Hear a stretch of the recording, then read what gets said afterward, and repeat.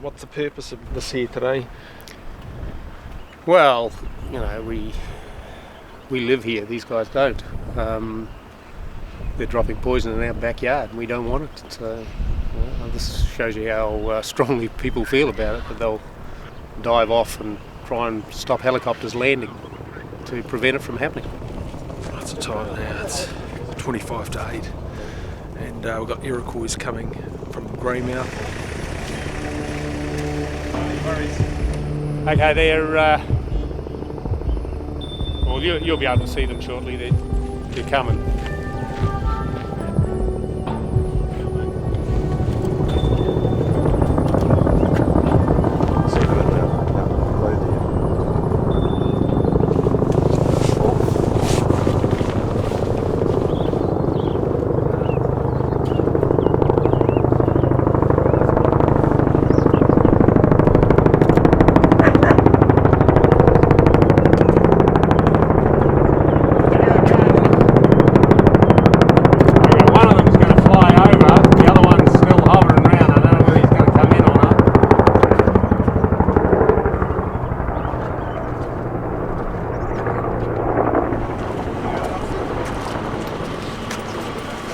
We got in there and we done a bit of protesting there, and they had about 10 police officers there and a dog, paddy wagon, and they all come out to this protest and they grabbed us and says, all right, well look, you know, if you don't get off the land we'll arrest you.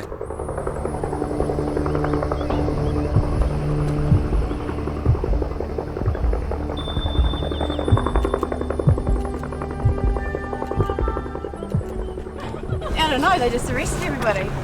We got told we were allowed to leave, and then all of a sudden the cops just started grabbing people and arresting them. I just ran. So could the helicopters land, or what happened? Yeah, there's 5 of them up there. They all landed, 2 on that side and 3 in a row down there. And yeah. So why did you get up there? To take photos, really.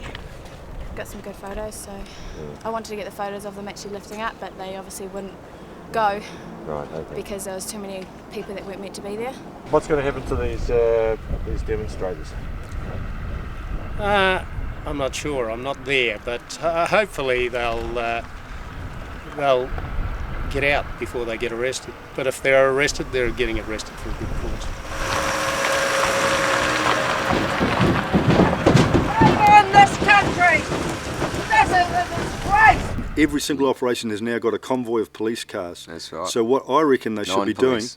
is they should have the army doing it, like they did in Vietnam with the That's Agent right. Orange. They That's because right. they're using Iroquois. They've got 2 That's Iroquois right. helicopters. It's like an army. Yep. And they're using security guards from Wellington. They've got the police, 6 or 7 carloads of police on every single operation. That's right. So they should just ditch all It's that, gotten to save that money point. and use the army. You proved the point, now f*** off. And if I see you again, I'll fucking smash you.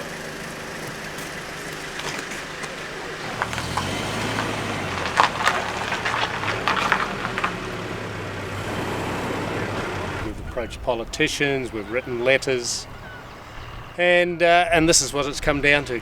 It's basically the police and the security guards protecting a few people that want this 1080 dropped all over the place.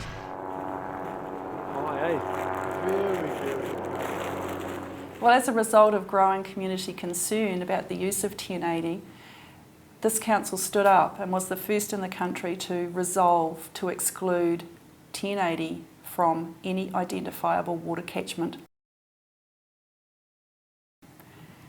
in Westland District. And that has met some resistance, especially from the Animal Health Board, as you can imagine, but we have had huge support from our community as a whole. The Animal Health Board, for instance, very difficult to get information from them. They're immune to the Official Information Act, which means that we cannot officially seek information from them. We have no idea about whether they're financially effective in this country. We don't know that the New Zealand taxpayer is getting good value for money. We don't know what their performance objectives are, and we don't know what results they get in terms of their key performance indicators. So in terms of the New Zealand taxpayer, I think there are some questions that we would like to have answered, and I think the makeup of the Animal Health Board prevents that from happening, and that in turn creates concern and suspicion within the community.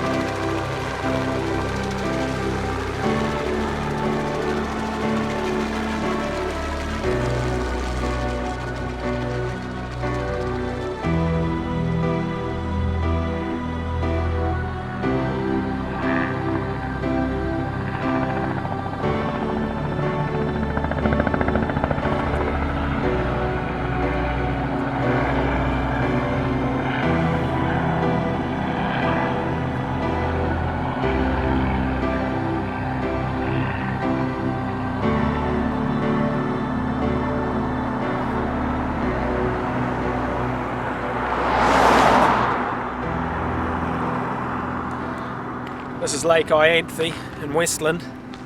We've got 3 choppers working today, and as you can see, this is the highway, and we're often told that this is only happening in rugged terrain area.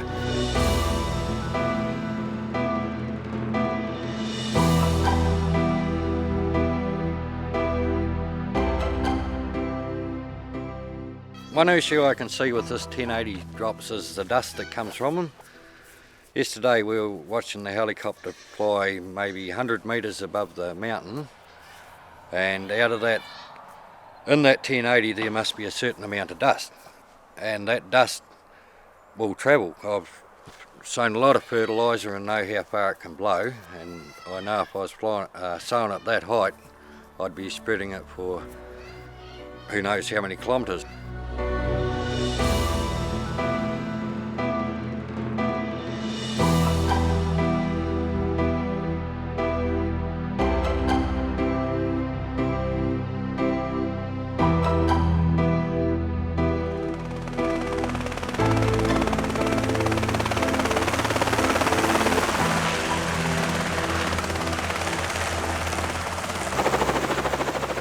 This is an example of a stream that we believe shouldn't be dropped in at all. No stream should be.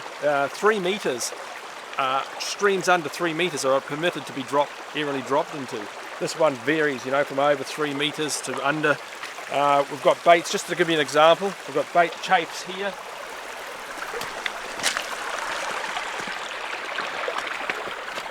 Bait here, another one there.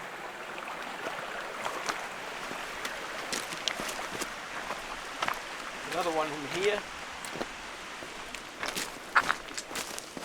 Well, another one here, so that's pretty close, that. I mean, we've just landed here, and as you know, we saw that Steve and the pilot Peter saw the deer in the stream, which we're going to go and check out later. If you keep coming through here, the bait. They're well broadcast, aren't they? Yeah. Right. Another one here. And so it goes on. I mean, this is a fork. This stream forks here, goes that way and that way.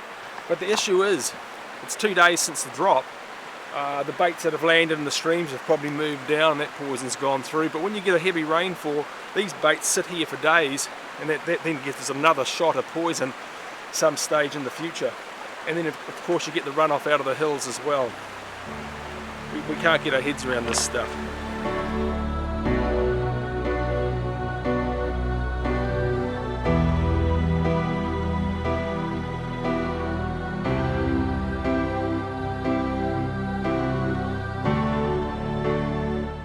I'm a dairy farmer here in the Waitaha Valley, and I've been farming here on my own account for nearly 40 years now, and in the late 80s, 88, 89, I actually bought some cows and not knowing, and they had TB. 2 of those cows had TB, and that was a very devastating time. So I understand what people are concerned about, but the TB is a bovine TB. It's in the cattle, it's not the possums. They're only a potential vector, just like any other stoat, weasel, ferret or wildcat. We've always had a prolific bird life here, and this is something that I've always been interested in my life, is the wildlife and the nature. And after they did a drop of 1080 poison here 5 years ago, our bird life has just dropped drastically. The non-target species, about the land in general, the long-term effects that I don't believe anybody has been able to reassure the community about, resulted in a petition. Over 90% of people over 18 signed that petition out of the Westland District. Now, some people might say that there is huge room for error in there, but even at 90%, we've got to say we were told in no uncertain terms that our community wants an alternative. If we had a $25 bounty on every possum, stoat, weasel and ferret, there would be no need for Animal Health Board or Department of Conservation to be dropping this poison all over the place, and the Animal Health Board should be concentrating on controlling it where the problem is, not this dumping of poisons over the whole forest land into our waterways. It's criminal. And last weekend we just went up on this hill over this side on a farmer's land, behind the farmer's land. We walked up a creek just to see if we could find any native birds, because I know there are native parakeets up there. We didn't find any dead birds, but we did find 30 1080 pellets in the creek bed, other pellets dissolved in the waterway, and this is all his cattle drinking water. So God knows what's going to happen after this. The first cow died on the Sunday, and then on the Monday I called at 8 o'clock or 9 o'clock to have that cow autopsied, and I also had the second sick cow up here in the yards. She'd gone from being reasonably bad to bloody terrible. She couldn't stand, she was fighting to kind of keep herself together, so I stayed out of the yard and stayed on the outside, and then I called my brother to get the rifle.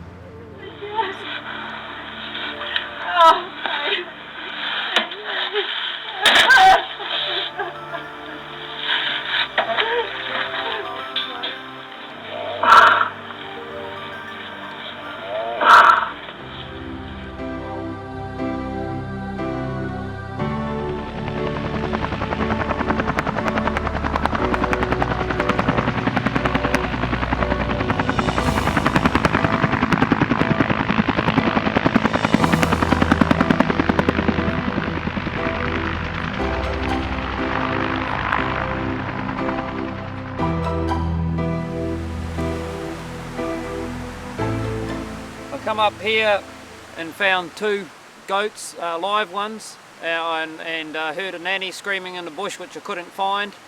So I come up the next day, which is the Friday, and I found these 2 little ones, one drowned in the creek and one here lying dead. And the thing I don't like is they drop this poison, you know, it kills the deer, it kills the goats, and then you've got all these little ones are left to starve, you know, or to die of cold or whatever, and it really sickens me. You know, I'm a herd manager on a farm, dairy farm, and if I took the cows away and left little bobby calves to die, we'd be in deep trouble. And I've never protested about anything in my life, but it just makes you feel like you want to do something. How we can have an organisation in New Zealand that can go around cruelly and inhumanely killing animals time and time again, and the SPCA and even the animal rights people just seem to have turn a blind eye to it. It just totally sickens me.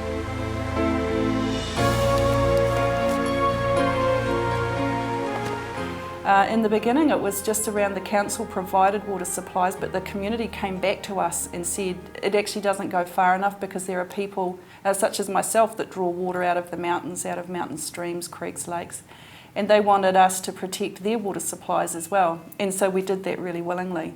So our resolution that sits on our 10-year plan, our long-term council community plan, is that that 1080 is restricted for use within identifiable water catchments, ridgeline to ridgeline.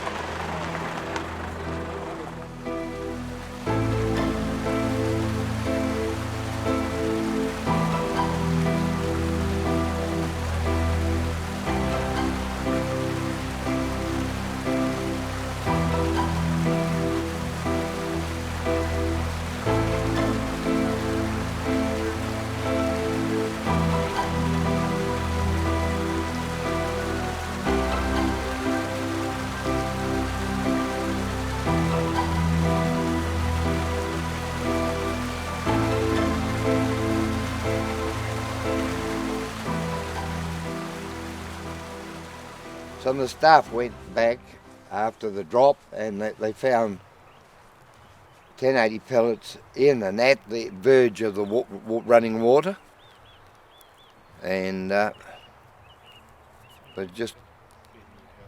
feeds the house and the stock. And I'm concerned that the 1080 gets into the food chain, and we're producing cattle here, prime beef for the Japanese market. And I think they'd go apeshit if they bloody well realised that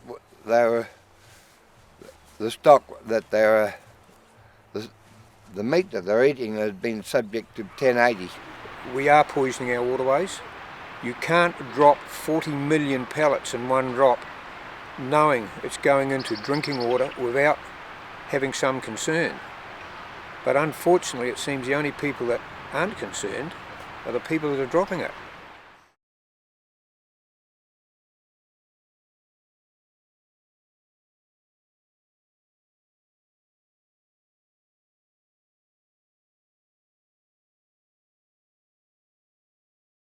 Under the 2007 freshwater legislation, it clearly states if anyone contaminates any drinking water, they will be breaking the law.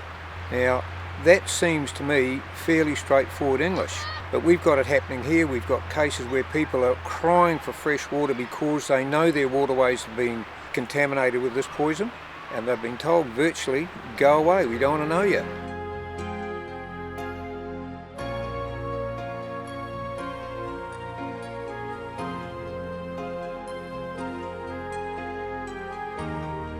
It is illegal to contaminate drinking water unless you happen to be the Department of Conservation or the Animal Health Board.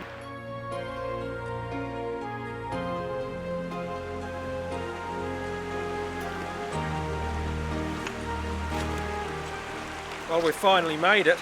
We've got down to the deer we saw from the chopper. I mean, this is an example of how once these drops take place, there's no knowing where these animals end up. You get a carcass up this one, 3 up that one. They get into the waterways with the floods, and that can have effects for months with the bacteria of these things decomposing in your streams. So the water can be contaminated for a long time.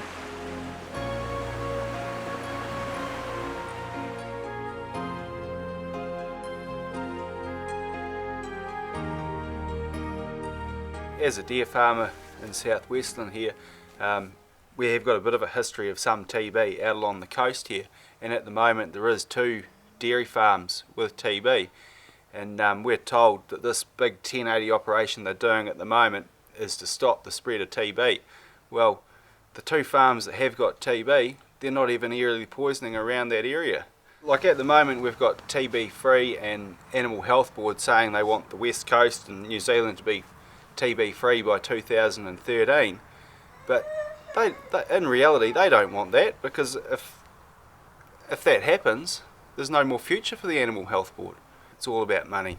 They've got no interest in getting rid of TB. If they get rid of TB, there's no jobs for those big contracts. That's about where it is, I see. It's $4.7 million for this drop. I tell you what, if they'd offer it to me, I'll buy a bloody chopper and I could do it for about a fraction of the price. And it wouldn't be with 1080 either. I see, like, Australia's TB free. They use science. They worked out where the TB was, they went and killed it. Here in New Zealand, they don't want to use the science. This is a movement control area. Instead of just working out where the TB is, they treat the whole movement control area exactly the same. And it's all about the contractors getting big contracts. Well, Chopper dropped us off probably about an hour ago. We just made our way up the stream up there, and there's plenty of baits all through the water out on the river flats. We thought we'll head into a bit of this thicker scrubby crap here and just have a look around, and picked up a deer mark and thought, oh well, I'll just track it and see what happens. Come through a little bit there. Next thing I spot this nice little yearling. You can see all this froth around the nose there. The lungs have obviously swollen up and the eyes are all glazed over. Anyway, I just look over here a few metres and here's Mum.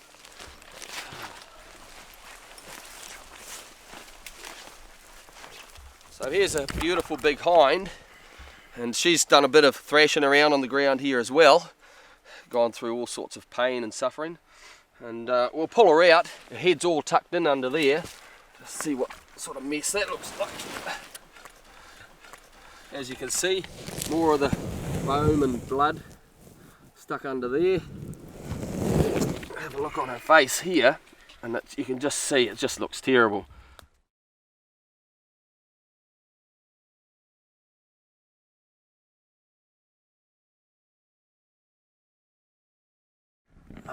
It's just awful to think what this thing's gone through.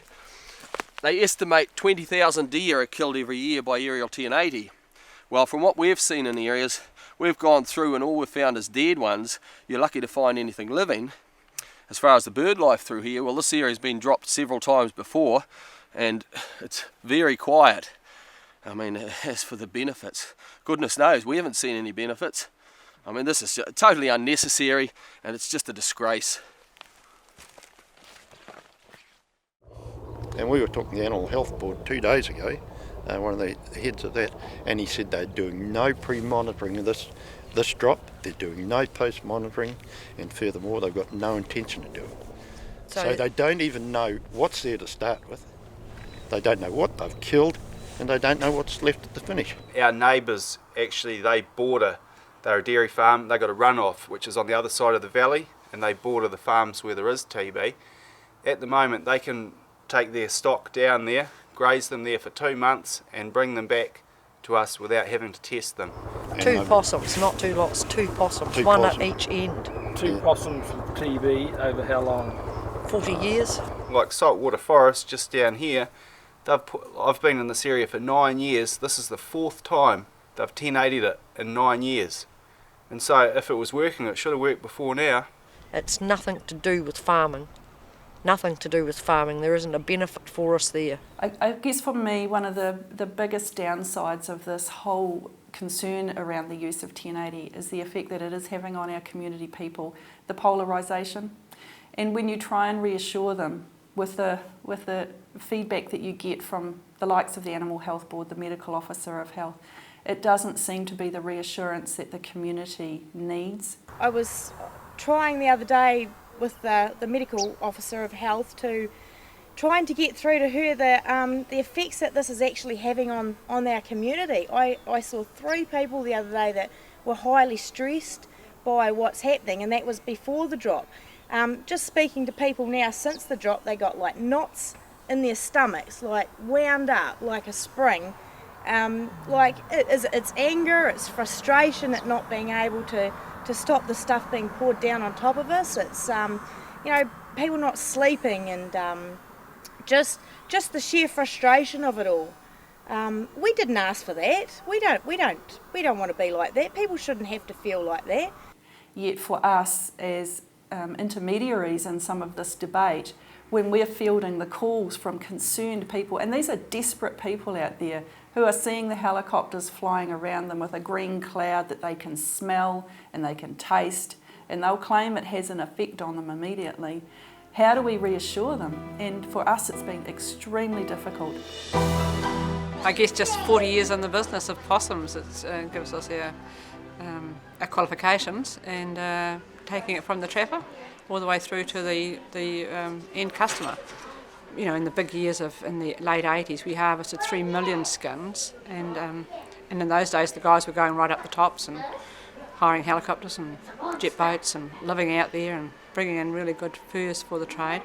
Those are the days when we did it for fashion. Today we're doing it for the commodity trade, which is the knitwear, and so there'll always be a fairly good stable market for the possum. And because its qualities are now renowned, you know, there's so many more uses. You know, if other parts of the world decided other uses, like the textile industry, apart from the knitting, you know, we just wouldn't be able to get anywhere near what the demand would be. And so we do need to find a way of resolving this issue. I don't believe mass poisoning the land is the answer, and I would like to focus a little bit more on some of the alternatives that are available out there. Possum fibre as a commodity can reach up to $130 a kilo. Why do you go catching possums? So I can get some money. And how much fur have you got there, do you think? About 1 kilogram in here. And that's just a raw product going out of the country, whereas sheep's wool, you know, some of it as low as $5 a kilo, good merino 20. You do see merino being very highly priced, but as an average, I think that's around that mid-20 mark. Today, cashmere, I believe, is around about $56 a kilo, which, you know, when you compare, the possum is just right up there with the top value fibres of the world. Don't think because everybody that makes these rules and regulations wears a shiny suit in Wellington that there aren't people out there who are prepared to do this work. They would love it, and particularly if they were paid as well as the Animal Health Board is to do the job, they'll be out there in droves. So it's a shame not to harvest it, it's a shame not to create the work for the country, and it's a shame that it hasn't got the name that is up there with the elite things of the world, you know, New Zealand possum, rather than being like, oh, New Zealand possum right down there. It should be like New Zealand possum as the quality product that it is.